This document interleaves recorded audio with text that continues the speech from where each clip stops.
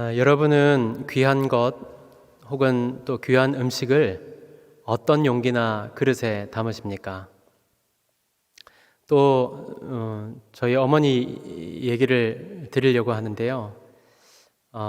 자꾸 돌아가신 어머니를 흉보는 것 같아 죄송하지만 아들이 목사이니 이해하시리라 믿고 말씀을 드립니다. 저희 어머니는 이 이쁜 그릇을 모으는 게 취미셨던 것 같아요. 찬장을 하나 마련해 놓고 이렇게 예쁜 그릇을 하나씩 어디서 났는지 어디서 샀는지 알 수 없지만 어쨌든 이렇게 모으셨어요. 그런데 여러분 다 잘 아시겠지만 뭔가를 모으면 이게 쌓이게 되잖아요. 이게 10년, 20년 가다 보니까 점점 그릇이 많아져 가지고 찬장이 터질 것 같아요. 이게 점점 이렇게 쌓이다 못해서 이게 더 쌓을 데가 없을 정도로 그렇게 모으셨습니다. 절제와 자제를 해도 10년, 20년을 모으면 그 양이 엄청나겠지요. 근데 참 이해가 되지 않았던 게 뭐냐면요. 이 모으는 그릇이랑 평소에 쓰는 그릇이랑 다른 거예요. 모으는 그릇은 예쁘고 막 이런 그릇을 모으지만 우리가 먹는 그릇은 또 다르게 구입을 해서 이렇게 막 그냥 쓰는 거지요. 제가 이해가 안 됐다고 말씀드리는 게 뭐냐면 달랑 3식구밖에 안 되는데 뭘 그렇게 그릇을 모아 두셨는지 그 모은 그릇을 쓰면 되는데 왜 막 쓰는 그릇을 따로 마련해서 이렇게 음식을 담아내는지 그게 잘 이해가 되지 않았어요. 물론 이렇게 말씀드리면 예쁜 그릇을 모으시는 분들이 너는 그릇의 그 깊이를 잘 몰라 이렇게 말씀하실 수도 있지만 어쨌든 저는 지금까지도 그게 잘 이해가 되질 않더라고요. 그런데요, 그러다가 집에 귀한 손님이 오게 되면 드디어 그 찬장에 있던 그릇들이 하나씩 둘씩 나오게 됩니다. 귀한 손님이 오면 귀한 그릇에 귀한 음식을 담아서 대접을 하게 되는 것이지요. 이게 바로 귀한 그릇의 정체성입니다. 아무 때나 등장하지 않지요. 귀한 손님이, 귀한 대상이 있을 때 등장하게 되는 것입니다. 반면 앞서 말씀드린 대로 아무 데나 사용되고 늘 사용되는, 편하게 사용할 뿐만 아니라 어쩌면 천하게 사용되는 그릇의 용도가 바로 오늘 본문에 말하는 질그릇과 같은 것입니다. 그러니까 대부분의 경우 귀한 그릇에는요, 귀한 손님을 위한 귀한 음식이 담겨져 나오게 되고, 그렇지 않은 그릇에는 늘 먹던 음식, 자주 사용되는, 깨져도 그만인 그런 그릇에 평소에 담기는 것들이 담기게 된다는 말씀입니다. 이것이 일반적인 상식이고요. 보통의 경우 모든 가정에서 사람들은 이렇게 좋은 그릇과 그렇지 않은 그릇을 구분하여 나누어서 그에 따른 각각의 목적에 따라서 사용하고 있습니다. 우리는 스스로를 혹은 다른 사람을 그릇에 비유하곤 합니다. 저 사람은 참 주님께서 쓰시는 귀한 그릇이야. 또 혹은 저 사람은 조금 귀하지 않은 것 같아. 귀하게 쓰이지 않는 것 같아. 이런 식의 표현들을 하게 되지요. 그렇다면 우리는 과연 주님 앞에서 어떤 그릇들일까요? 우리는 모두 하나님 앞에서 귀하게 쓰이는 귀한 그릇이 되기를 원하지만 사실 우리는 본래부터 질그릇과 같은 존재들입니다. 여기 본문에 보는 질그릇은요, 흙으로 빚어진 그릇을 말하는데 투박하고 깨지기 쉬운 그런 그릇을 뜻합니다. 조금 배웠다고, 조금 더 가졌다고, 그래서 다른 사람보다 내가 조금 더 낫고 품이 있고 그렇게 생각하는 사람, 그래서 남들과 비교할 수 없는 귀한 그릇이라 생각하며 사는 사람도 있겠지만 성경이 말하는 원래 우리의 모습은 부서지기 쉽고 육체적인 연약함을 가진 질그릇과 같은 존재들인 것입니다. 그렇게 따지면 우리는 하나님이 우리를 귀하게 보셔서 귀한 사람들이지 결코 귀한 대접을 받을 만한, 귀한 것을 담을 만한 그런 존재들이 아니지요. 왜냐하면 우리는 우리 본래의 모습은 죄인이기 때문입니다.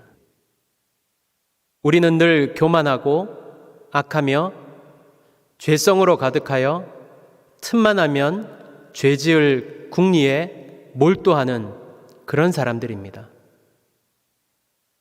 게다가 얼마나 음란하고 더러운지 이루 말할 수 없습니다. 뿐만 아니라 연약하기는 또 얼마나 약한지 다른 사람 한마디에 마음을 놓기도 하고 또 무너지기도 합니다. 따뜻한 말을 해주며 다른 사람을 돌보기보다는 늘 위로받기를 원하고 다른 사람은 몰라도 나는 잘 돼야 되고 다른 사람 몰라도 나만 잘 되면 되고 근심이 없어야 하며 평안해야 됩니다. 이런 악한 생각과 행위로 똘똘 뭉친 사람들이 바로 우리들인 것입니다. 그래서 바울은 자신을 내가 죄인 중에 괴수라고 표현한 것이겠지요. 여기 죄인 중에 괴수 아닌 분들이 계십니까? 우리가 하나님 앞에 죽을 수밖에 없는 죄인이라 하면서도 그래도 죄인 중에 괴수 정도까지는 아니지라고 생각하는 분들이 계시는 것 같아요. 아니지요. 우리는 죄인 중에서도 우두머리, 죄를 향해 제일 먼저 달려가 죄 가운데 사는 죄인 중에 죄인들입니다. 몇 주 전에 우리 광 목사님이 우리 교육자들 한 사람 한 사람 이름을 불러가면서 참 좋은 사람들, 좋은 사역자들이라고 그렇게 칭찬하였습니다.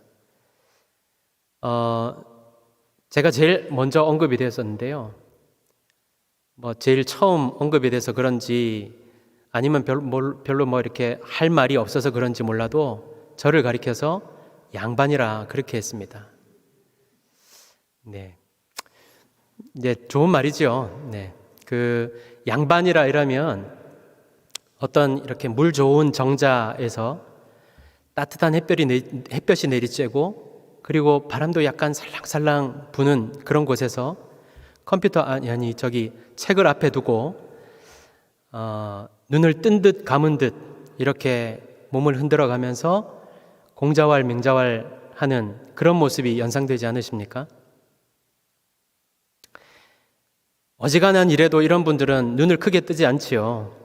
막 이렇게 종이 급하게 달려와서 큰일 났다고, 정말 중요한 일이 생겼다고 하면 그때서야 눈을 크게 뜨고 뭐라 이렇게 이제 하는 그런 게 이제 양반이겠지요.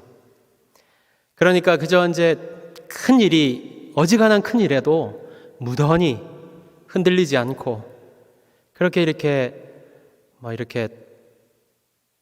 어떤 편안한 그런 마음을 유지할 수 있는 그런 좋은 뜻을 가진 표현 아니겠습니까? 맞지요? 네, 맞다고 고개를 이렇게. 그런데요, 여러분, 제가 그 말을 들으면서 속으로 이렇게 얘기를 했습니다. 네가 뭘 알아? 네가 뭘 알아? 듣고 있는데 참 민망하더라고요. 부끄럽더라고요. 왜일까요? 저는 그런 사람이 아니기 때문입니다. 몸이 좋지 않아서 한의원을 좀 다닌 적이 있었어요. 한의원 선생님이 이렇게 진맥을 하시다가 저에게 가슴에 화가 많습니다. 이렇게 진단을 하시더라고요. 이 선생님의 말로 설명이 되지 않습니까? 저는 그런 사람이 아닙니다. 저는 그게 양반이라면 양반 축에도 못 드는 사람일 뿐만 아니라 늘 조그만 것에도 흔들리고 아파하며 갈등하고 분노하고 고민합니다. 저는 부족하고 연약한 사람일 뿐만 아니라 무엇보다 자주 확인하는 것은 내가 죄인 중에 괴수라는 것입니다. 그리고 이 말은요, 내 평생을 살면서 그리고 앞으로도 결코 잊을 수 없고 잊어서는 안 되는 말 중에 가장 중요한 말일 것입니다. 이런 제게 가장 귀한 것, 귀한 이름을 주시고 저를 사역자로 불러주셨습니다. 이 부르심을 뭐라고 할 수 있을까요? 은혜라고 밖에 할 말이 없습니다. 이것이 근데 비단 저만의 생각, 저만의 묵상일까요? 우리 모두가 연약한 자일 뿐만 아니라 부족한 자, 날마다 작은 것에도 넘어지는 자들 아닙니까? 이런 우리들 각자에게 금보다 이 세상의 어떤 값진 것보다 귀한 것을 우리 가슴에 주셨습니다. 가치도 없는 그릇, 언제든 쓰다 깨어지면 내버릴 만한 그런 소망 없는 자들에게 하나님은 금그릇이나 은그릇에 담길 만한, 가장 아끼는 그릇에 담을 만한 더 귀한 것을 우리들에게 주셔서 우리를 귀한 사람으로 만들어 주신 것입니다. 우리들의 교회는 어떤가요? 얼마 전까지만 해도 우리는 기독교 인구가 1000만이라고 자랑스럽게 떠들어댔습니다. 저와 꽤 친분이 있으신 목사님이 어느 교회 담임 목사님으로 지원하여서 면접을 보았습니다. 면접을 하시는 분이 그래, 우리 교회를 부흥시킬 어떤 계획을 가지고 계십니까? 어떤 전도 프로그램을 가지고 오셨습니까? 라고 질문을 하더랍니다. 이 질문에 목사님은 그냥 편의상 집사님으로 부르겠습니다. 집사님, 지금까지 이 교회에서 다양한 전도 프로그램을 가지고 전도를 해 오셨을 것입니다. 그 많은 전도 프로그램을 가지고 집사님이 말하던 부흥이 되던가요? 라고 되질문하였다고 합니다. 그동안 교회들이 숫자 노름하기에 바빴습니다. 사람 채우기만 여념이 없었던 것이지요. 정작 중요한 것은 잊어버리고 있었던 것입니다. 뿐만 아니라 사람을 기른다는 명목하에 세상에서 하던 방법 그대로를 가지고 사람 투자를 하였습니다. 그래서 지금 교회가 바뀌었습니까? 아나무인, 상식 이하, 오히려 이런 단어들이 교회에 어울리지 않습니까? 오히려 지금은 세상 사람들에게 손가락질 받지 않으면 다행이지요. 이 땅에 복음이 들어와서 그 복음이 사람을 변화시킬 뿐만 아니라 세상을 바꾸었습니다. 비록 교회는 작고 연약했지만 세상의 변혁을 주도하였습니다. 지금처럼 마이크 성능이 뛰어나고 큰 화면에 부담스럽게 얼굴을 비추지 않아도 성경 찬송 안 가져와도 화면으로 다 띄워주고 편안하게 앉아서 예배드리지만 얼마 전까지만 해도 교회에 우리는 궤도에 적힌 가사를 따라 찬양하고 예배하며 그렇게 신앙생활을 해왔습니다. 그 열악한 환경 속에서도 교회는 복음으로 말미암아 은혜가 있었습니다. 그 넘치는 은혜가 세상으로 흘러갔습니다. 우리가 비록 연약할지라도 부족하고 모자랄지라도 우리 안에 보배가 있을 때 명확히 우리 마음 가운데 담긴 예수로 인해 살아야 한다는 분명한 확신이 있을 때에 우리는 능력이 있고 힘이 있었으며 세상이 감당하지 못하는 자들이었습니다. 비록 우리가 질그릇같이 쉽게 깨어지고 볼품도 없고 어디 겨우 쓸만한 그런 그릇들이었지만 예수의 이름이 우리 가운데 있을 때에 그 능력의 심이 깊은 것이 우리를 사로잡아 능력 있는 사람, 능력 있는 교회가 될 수 있었습니다. 하지만 지금 교회와 우리는 힘이 없습니다. 예전보다 훨씬 더 좋은 환경, 좋은 조건을 가지고도 은혜가 가득했던 그때를 회복하지 못합니다. 왜 그럴까요? 그 이유는 환경적인 면은 좋아졌는지 모르겠지만 정작 중요한 핵심은 놓치고 있기 때문 아니겠습니까? 그러면 어떻게 해야 그 은혜와 능력을 회복할 수 있을까요? 갈라디아서 2장 20절은 이렇게 말씀합니다. 내가 그리스도와 함께 십자가에 못 박혔나니 그런즉 이제는 내가 사는 것이 아니요 오직 내 안에 그리스도께서 사시는 것이라. 이제 내가 육체 가운데 사는 것은 나를 사랑하사 나를 위하여 자기 자신을 버리신 하나님의 아들을 믿는 믿음 안에서 사는 것이라. 내가 죽고 내 안에 예수가 살 때 우리는 은혜를 회복할 수 있습니다. 그 능력을 회복할 수 있습니다. 하지만 우리는 아직도 여전히 살아 내가 주인 되어서 예수님을 손님처럼 대하고 있지는 않으십니까? 여러분, 우리는 우리 안에 주인의 자리를 주님께 내어드려야 합니다. 아직도 여전히 내가 주인은 내 중심을 주님께서 다스리도록, 주님이 내 안에 살도록 내어드려야 합니다. 주님이 말씀하시는 것을 그대로 듣고 행해야 하며 믿음으로 살아야 합니다. 그럴 때 우리 모두가 하나님의 영광의 빛 가운데 행할 수 있게 될 것이라고 믿습니다. 우리가 이렇게 예수님의 이름을 믿고 담고 살게 되면 우리에게 어떤 일이 일어날까요? 8절부터 보면요, 사방으로 우겨쌈을 당하는 일, 답답한 일, 박해를 받게 되고 거꾸로 뜨림을 당하는 일들이 일어나게 된다, 이렇게 말씀합니다. 이상하지요? 예수님의 이름으로 살면 형통해야 되는데, 주님이 주시는 복을 받으며 살아야 되는데, 오늘 말씀은요 전혀 다른 이야기를 합니다.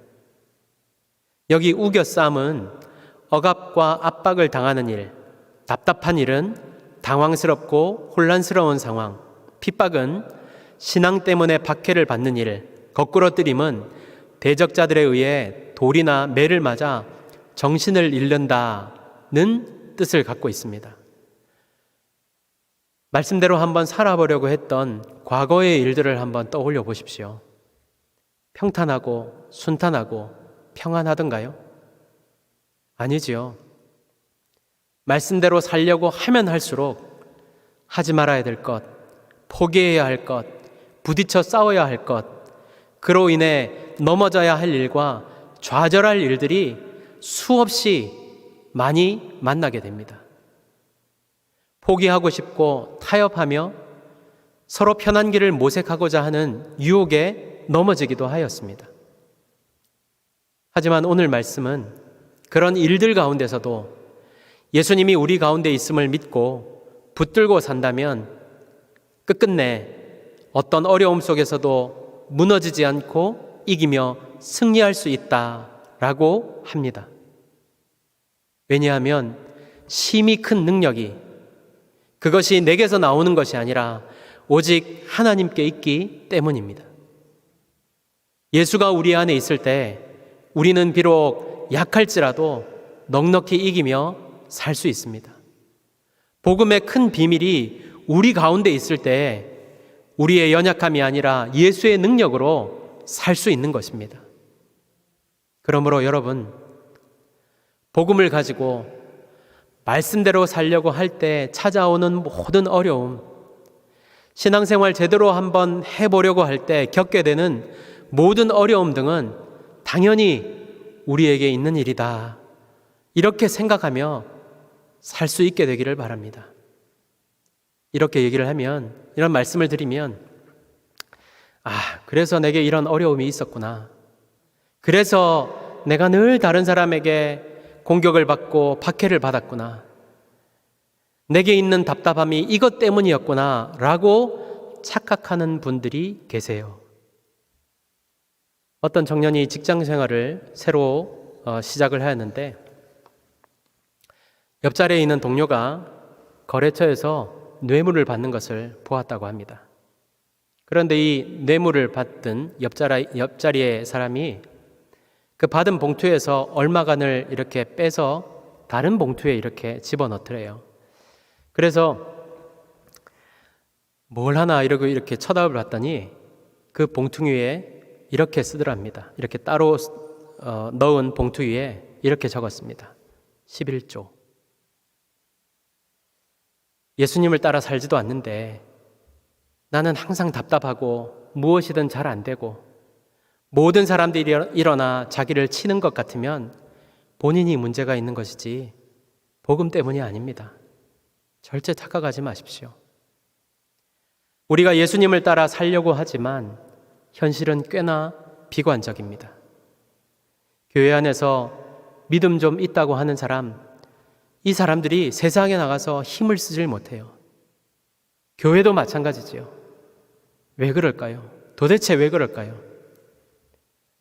우리가 가진 가치관이 이미 세상적인 것이 되었기 때문입니다.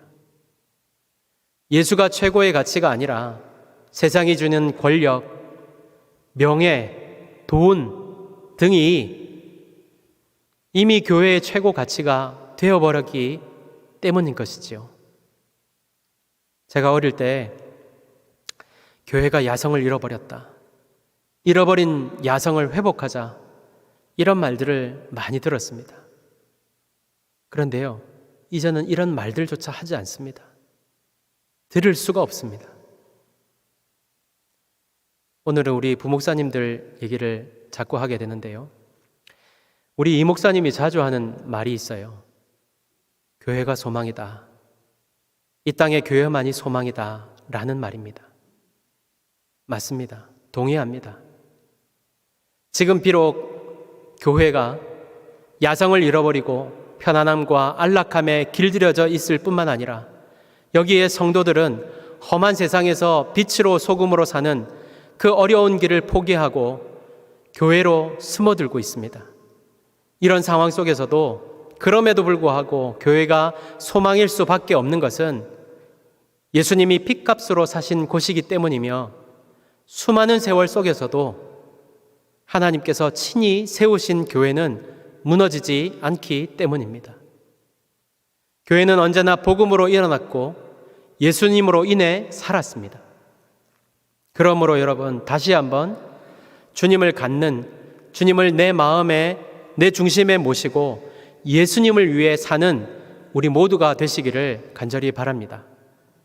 우리가 복음으로 죽겠다고 선언했던 자들이라면, 아니 그렇게 죽겠다고 작정했던 자들인데 우리 죽을 육체에 예수의 생명이 나타나도록 복음으로 살 수 있는 자들이 되어주시기를 바랍니다. 교회된 우리가 무엇과도 바꿀 수 없는 예수님을 닮고 살 때 틀림없이 우리와 교회를 들어 이 땅에 소망을 주시고 새 생명을 허락하실 뿐만 아니라 복음으로 말미암아 세상을 변혁하시리라 믿습니다. 창끝이라는 선교 영화를 보셨지요? 영어로 하면 End of Spear입니다. 부끄럽네요. 영어를 하는 게 아니었는데, 실화를 바탕으로 한 이 영화는요, 젊은 미국 선교사들이 에콰도르의 가장 폭력적인 와오다니 부족민에게 선교를 하러 갔다가 죽임을 당하는 내용입니다. 이 선교사들 가운데 짐 엘리엇이라는 사람이 있었는데요. 짐 엘리엇의 부인 되는 사람이 남편의 그 죽음의 소식을 듣고 자기 자녀들과 민망인 몇과 함께 그 부족민에게 찾아가 살게 됩니다. 여자를 죽이는 것을 수치로 알았던 그 부족민들은 그분들을 죽이지 않고 함께 살게 되는데요. 처음에는 이분들이 왜 왔는지, 무엇 때문에 왔는지 이해하지 못했죠. 하지만 그들의 헌신적인 모습을 보면서 점차 마음 문을 열게 되고 결국은 복음을 받게 됩니다. 한참 시간이 흐른 후에 짐 엘리엇을 죽인 그 사람이 아들에게 찾아와 고백을 하지요. 내가 네 아버지를 죽였다. 그러니까 그 아들이 아무도 아버지를 죽이지 않았다. 그분이 스스로 내어준 것이다. 이렇게 얘기하는 장면을 볼 수 있습니다.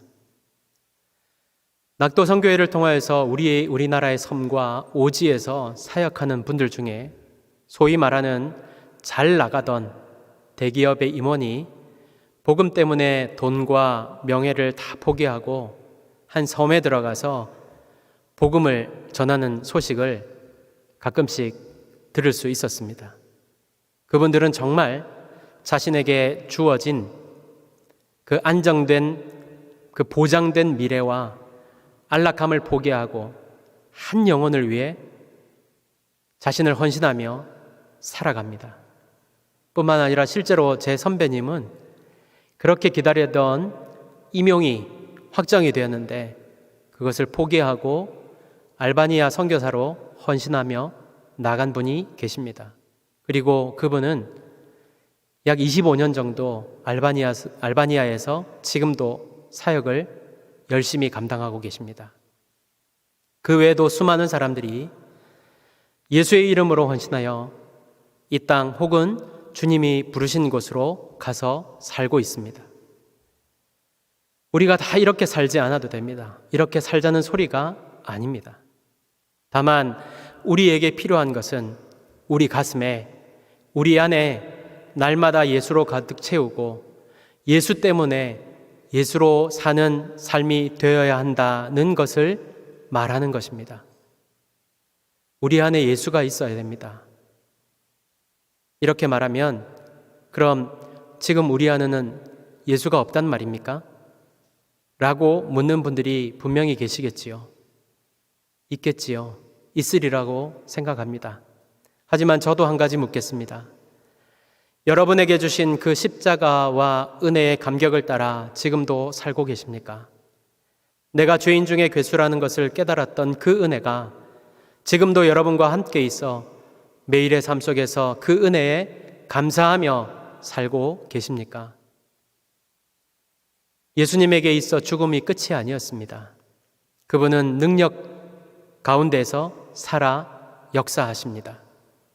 살아 역사하시는 이의 역사는 2000년이 지난 지금 오늘도 일어나는 일이며 자신의 연약함을 고백하며 예수를 가슴에 품고 살고자 하는 모든 자들에게 나타나는 것입니다. 그러므로 오늘 이 시간 우리 자신을 돌아볼 뿐만 아니라 내 안에 무엇이 자리 잡고 있는지를 돌아보며 주님 아닌 다른 것이 있다면 회개하고 오직 주님으로만 내 안에 살아계시는 이가 오직 주님이셔야 됨을 고백하게 되기를 바랍니다. 우리가 약할 때 우리의 연약함을 주님 아실 뿐만 아니라 능력으로 함께 하실 것입니다. 예수님의 이름으로 살기를 원하는 모든 자들에게 하나님은 넘어지지 않도록, 무너지지 않도록, 낙심과 절망에 빠지지 않도록 붙들어 주실 뿐만 아니라 더 넘어서 이기게 하실 것입니다. 이 믿음으로 사는 저와 여러분이 다 되어주시기를 간절히 바랍니다.